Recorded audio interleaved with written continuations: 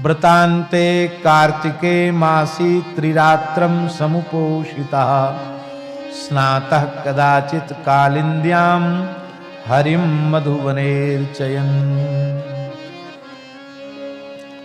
आपने 3 दिन का उपवास किया, दशमी, एकादशी और द्वादशी, ये 3 दिन का उपवास किया। ये त्रिगुणित करके व्रत क्यों किया? तीनों दिन निर्जल रहे, दशमी को भी निर्जल रहे अम्बरीश जी, एकादशी को भी निर्जल रहे और द्वादशी को भी निर्जल रहे। और ये वंजुला महाद्वादशी थी, इसकी चर्चा भी हम करेंगे, वंजुला महाद्वादशी क्या है। तो एकादशी संपूर्ण हो और द्वादशी तिथि आ जाए और द्वादशी में त्रयोदशी भी आ जाए और थोड़ी त्रयोदशी उसमें आ जाए तो उसको वंजुला महाद्वादशी कहते हैं। तो उसका व्रत के पारण का समय दूसरे दिन द्वादशी में ही हो जाना चाहिए, द्वादशी त्रयोदशी एक हो जाए, ऐसा समझिए। अभी हम श्लोक बोलेंगे उसका। और वैसे भी एकादशी का व्रत 3 दिन का व्रत है, हम लोग उसको 1 दिन का व्रत मानते हैं। और हम लोगों का व्रत तो खाना पूर्ति है। कैसी खाना पूर्ति?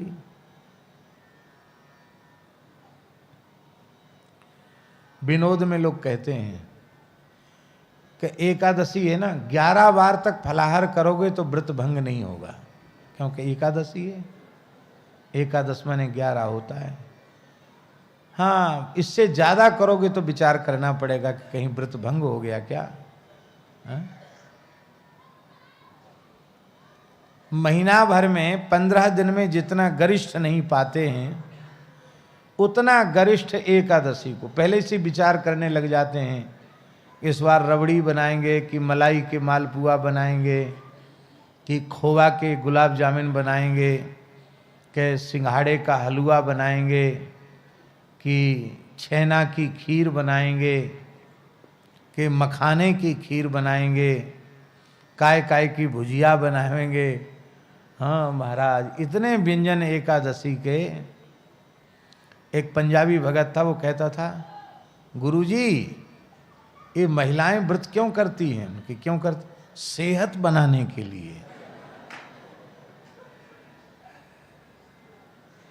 क्योंकि ऐसे तो खाने में रूखा सूखा मिलेगा और व्रत के नाम पर हलवा है, खीर है, बढ़िया रबड़ी है, मलाई है, बढ़िया पौष्टिक चीज खाने को मिलेगी, दूध पीने को मिलेगा।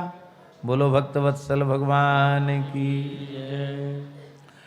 तो हम लोग तो केवल अन्न नहीं खाना चाहिए, इस दोष से बचते हैं।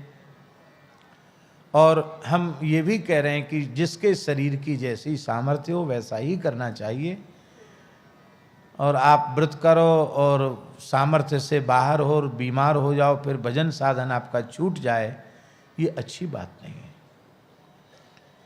पर एकादशी को एकादशी के जैसा ही करना चाहिए, बहुत अधिक कचरम कूट नहीं खाना चाहिए। एकादशी के नाम पर सूक्ष्म सात्विक आहार होना चाहिए जिससे रात्रि जागरण संभव हो सके, क्योंकि एकादशी में रात्रि जागरण की विशेष महिमा है।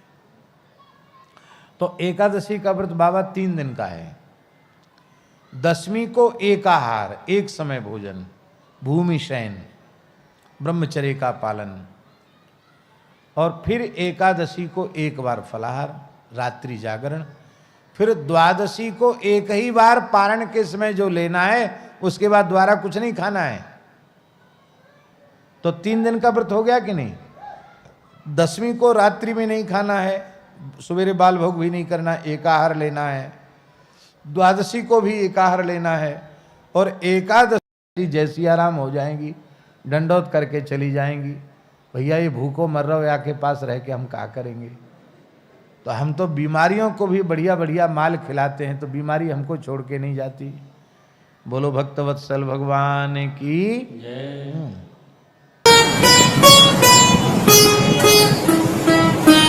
श्री सीताराम। प्रतिदिन सत्संग एवं दर्शन के लिए श्री महाराज जी के ऑफिशियल चैनल को जरूर सब्सक्राइब करें।